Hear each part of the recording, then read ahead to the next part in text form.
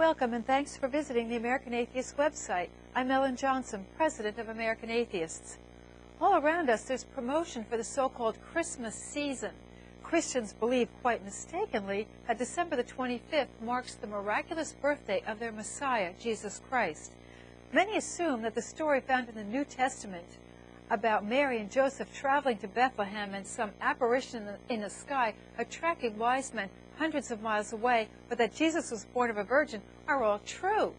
Scholars have debated this tale for decades, but there's little historical data to support the imaginative claim that any of this took place.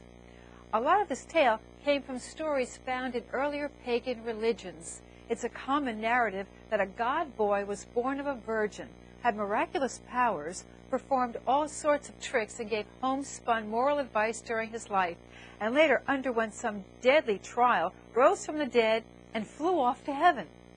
But why December the 25th? Actually, early Christians didn't even acknowledge any date for their god boy's birthday. It wasn't until 435 of the Common Era when Pope Sixtus III celebrated the first official Christ Mass.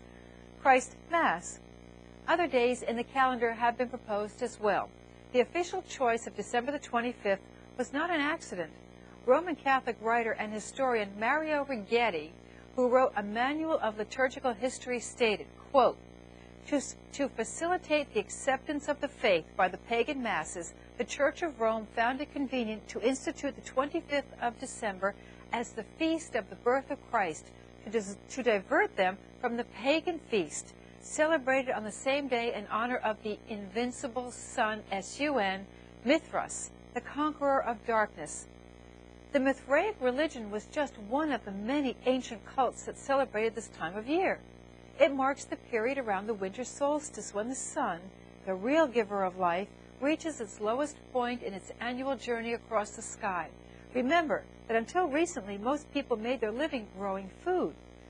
They were engaged in agriculture, and they knew the natural indicators like the winter solstice that told them when to plant, when to harvest, when to expect floods, and other natural phenomenon. The winter solstice marked the beginning of winter, and throughout much of Europe and even in early ancient America, this meant that animals could be slaughtered and their meat preserved, and it was a time of year when beer and other beverages would be consumed. Coming between the fall harvest and the spring planting, it was a time of relative leisure and, in many cases, festive celebrations. Early pagan and Christian peoples were greatly attuned to the events and rhythms of the annual cycle. What passed for religion was linked closely to the natural world. Their deities were linked to agriculture, birth, death, fertility, and other related events. When Christianity arrived, it was often imposed by the tip of the sword. You converted to the new religion and paid tribute, or else. This new god and the attendant deities, the saints, and other supernatural beings were distant, alien, the product of a culture far away, and mentally remote. So a lot of the early ancient beliefs and practices lived on in a kind of underground culture. Catholicism was forced to graft these pagan beliefs onto its own theology and rituals.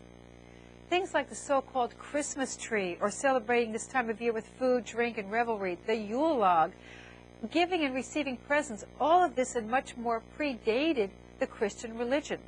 Their roots went back centuries before there were Catholic popes and other dogmatic Christian prelates.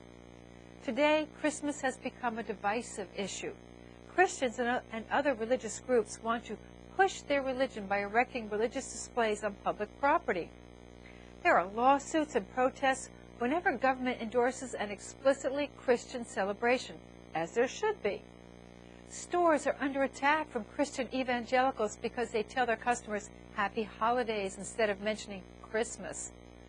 In an increasingly secular culture, we are in the middle of a culture war debate over the intersection between and among differing growing numbers of atheists and other non-believers who have no religious beliefs. Madeleine O'Hair, the founder of American Atheists, and the woman whose historic lawsuit helped to end coercive prayer and Bible verse recitation in our public schools, made a bold proposal many years ago. She said, why not celebrate the 4 natural events that mark the year? celebrate the summer and winter solstices, along with the spring and fall equinoxes.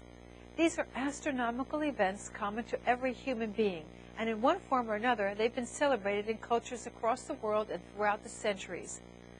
Unlike religious holidays, which are divisive and sectarian, natural celebration days unite us. They're something we all have in common. They are something we all share, and they are events we can all celebrate together. And wouldn't that be a nice thing for a change? This year, the solstice occurs on Saturday, December 22nd, 2007 at 1:08 a.m. Eastern Standard Time. It marks the official beginning of winter in the Northern Hemisphere and the start of summer in our planet's Southern Hemisphere. Many atheists and other non-believers will be celebrating with parties, family get-togethers, and events, and everyone is invited. Here in New Jersey, we'll be having our winter solstice celebration. Check out our website for details.